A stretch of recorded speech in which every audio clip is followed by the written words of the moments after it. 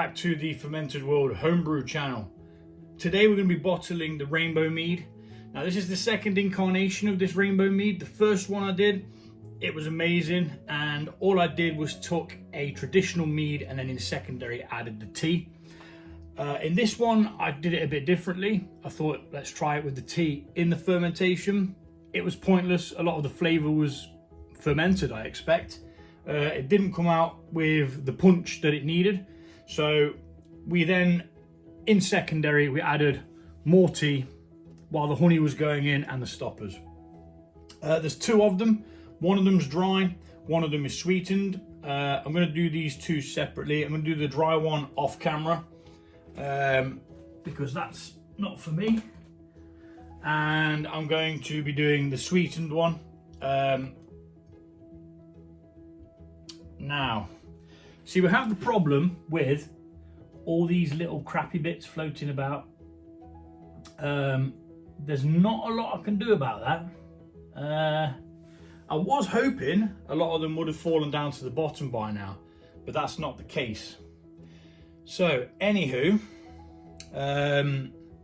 as with the last video I uploaded, which I believe was the glitter mead, this is going to be using the USB pump. Now you don't need one of these, it's not necessary. I'm just seeing whether I find it easier and then I'll make my decision. I think I paid a tenner for it, but you know, we'll see what happens when it starts getting clogged up and stuff like that as to whether it's actually any better. It could be, it might not be, but we are going to give it a go and see what pops off.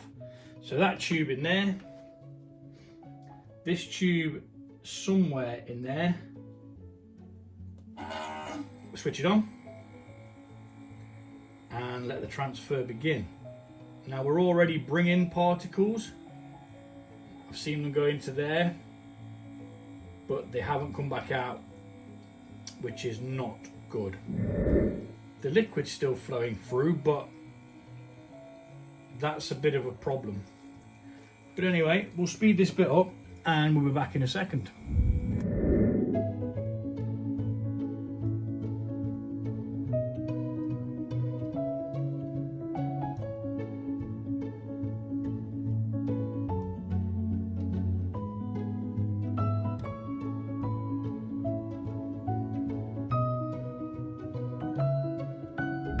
Okay, so we did get it all. Well, we say we got it all. We got nearly 4.5 litres, which is good. It did possibly waste a little bit more than I expected it to.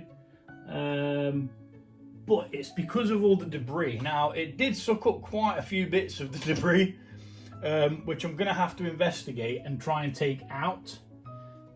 Because they're only going to cause problems later on down the line. But I'm not quite sure how dismantleable this is. So I'm probably going to bottle this one first, then investigate what's going on with that. I mean, you can see that it's in the tube there. I could probably just release that and I can probably get these bits out just by blowing through it. But yeah, that's a bit of a snag that I've come against. My mate's version had some sort of like a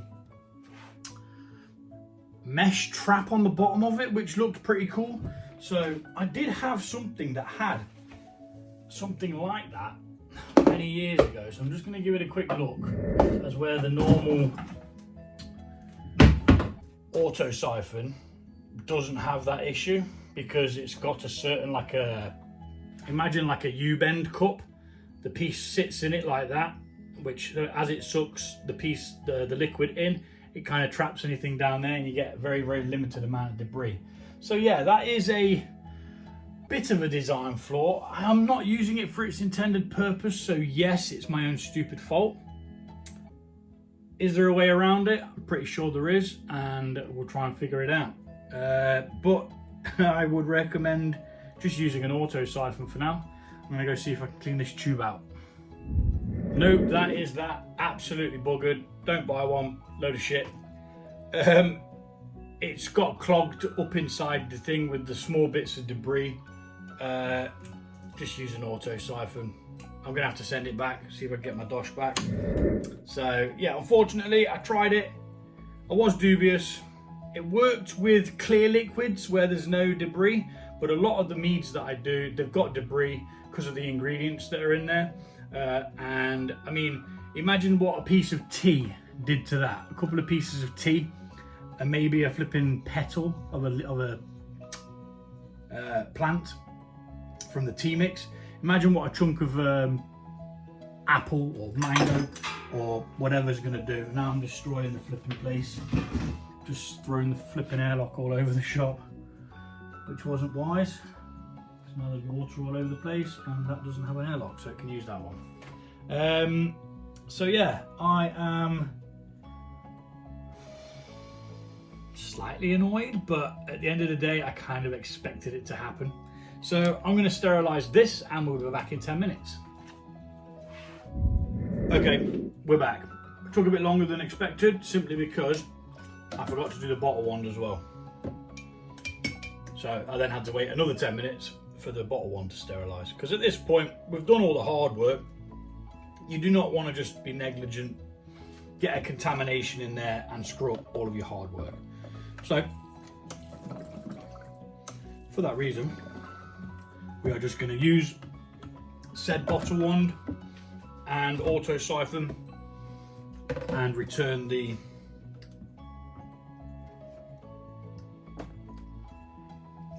what's it called? Pardon me. What is it called? The USB pump. Because, yeah, it's just bad, okay? It's bad. So I've got some bottles over here.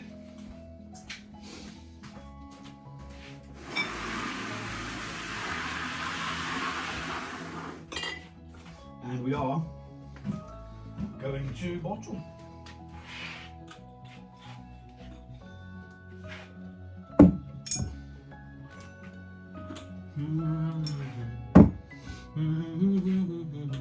And I've done 3 small ones as well, because I've got 2 of these meads to bottle, and hopefully I'm going to get the apple and mango bottle today as well. I'm not sure. I think that's been in secondary. It might need to go into a demijohn to clear out a little bit. It sometimes does when it's in the bigger vessels, because you tend to knock about quite a bit more of the liquid like. So using a gravity, we shall bottle this first bottle. Now actually, I haven't even tasted this.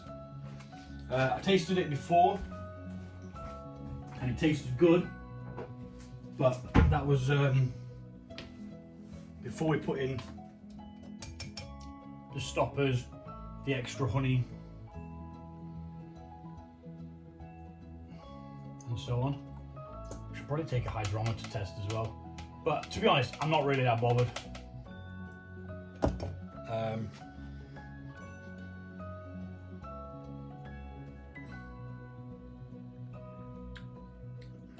So good.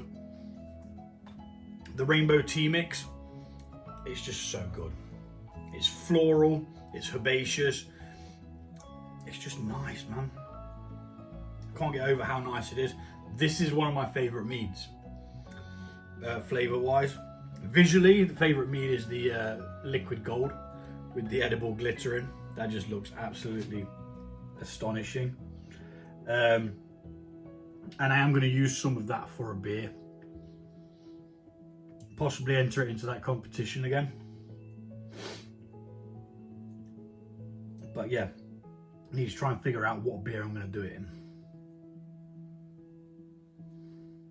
And again, I will do this one in real time and then we'll speed the others up. It just gets a bit boring and a bit same old, same old.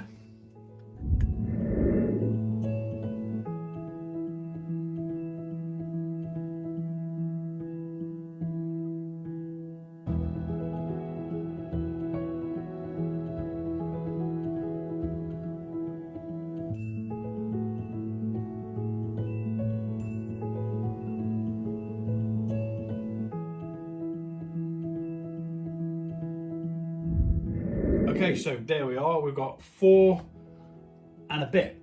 Now this was left extra long because the kids were off for 2 weeks. So it had its like nearly 2 weeks, and then the kids were off, and then I've only just got around to getting it sorted as I've been doing other things.